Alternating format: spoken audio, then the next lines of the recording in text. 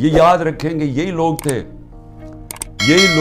جن کو جنرل مشرف نے جب اپنا مارشل لا لگایا 99 میں تو ساری قوم کو بتایا کہ ان دونوں پارٹیز نے کتنی کرپشن کیا ہے.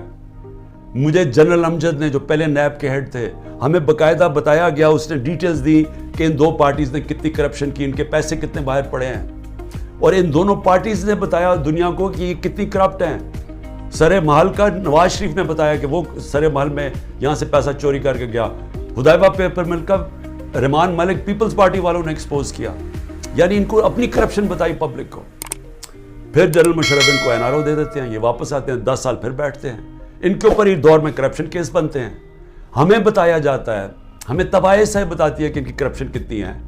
میں جیتا ہوں ان کے خلاف, اور ایک آدمی گھوڑا سوار فیصلہ کرتا ہے کہ جناب یہ کیا, یہ ان کی میں نے فیصلہ کیا ہے کہ جناب عمران خان ملک کے لیے برا, ان کو پھر اوپر لے آتا ہے.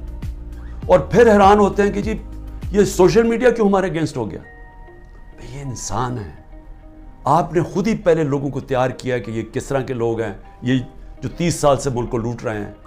آپ نے ہمیں بتایا کہ ان کی کتنی پراپرٹیز باہر پڑی ہیں.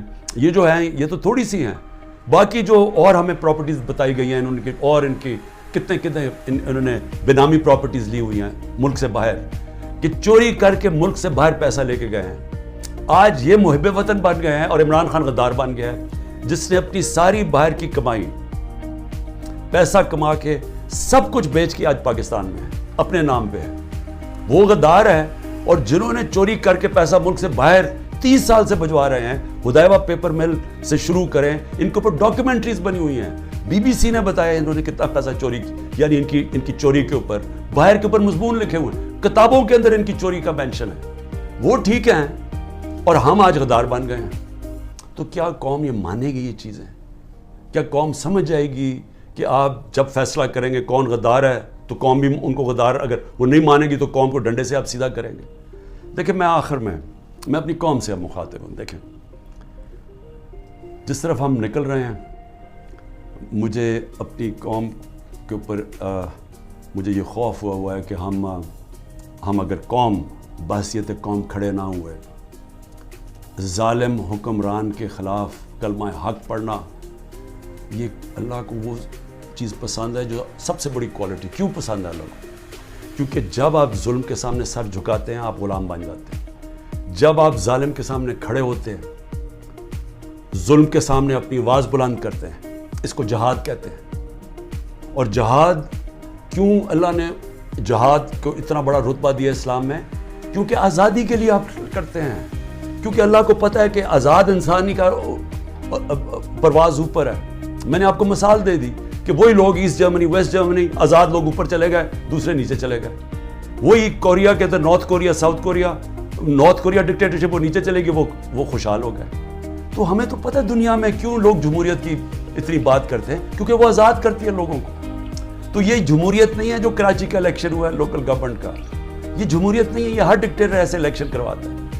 ہمیں ملک کے لیے سب کو فیصلہ کرنا پڑے گا کہ کیا ہم نے یہ ظلم کا نظام قبول کر کے اور اس سے ڈر کے ہم نے گھروں میں بیٹھ جانا ہے اور یہ ظلم ہونے دینا ہے. تو یہ سمجھ جائیں کہ اس ملک کا کوئی مستقبل نہیں ہے, یا ہم نے پرامن, اور میں نے آج 27 سال سے کہہ رہا ہوں کہ شہری ہمیشہ پرامن احتجاج کرتے ہیں, شہری ہمیشہ حق کے لیے کھڑے ہوتے ہیں, زندہ قومیں اپنے حقوق کے لیے کھڑی ہوتی ہیں, زندہ قومیں انصاف کے لیے کھڑی ہوتی ہیں, کیونکہ انصاف کے ساتھ ہی آزادی آتی ہے. میں اس لوگوں کے اندر تھا جب برطانیہ کے اندر 20 لاکھ لوگوں نے سڑکوں کے اوپر پرامن احتجاج کیا. میں اس احتجاج میں شامل تھا 2003 میں, جب انہوں نے کہا کہ عراق کی جو جنگ ہے جو برطانیہ شرکت کر رہا ہے یہ ناانصافی ہے عراق کے لوگوں سے. برطانیہ کو فائدہ ہو رہا تھا, تیل کے لیے جنگ تھی, لیکن لوگوں نے, زندہ قوم نے کہا کہ یہ ناانصافی ہے عراق کے لوگوں سے, اور وہ 20 لاکھ لوگ سڑکوں پر نکلے. یہ زندہ قوم ہوتی ہے. یہ جو کرنے جا رہے ہیں, یہ جو سروں کو خوف پھیلا رہے ہیں, گھر توڑ رہے ہیں, یہ گاڑیاں اٹھا لی, جا کے گاڑیاں چوری کر لی, شاہ فرمان کے اور بھائیوں کی 3 گاڑیاں چوری کر لی, 2 گاڑیاں چوری کر لی اسد کیسر اور اس کے گھر کے لوگوں کی. شاہرام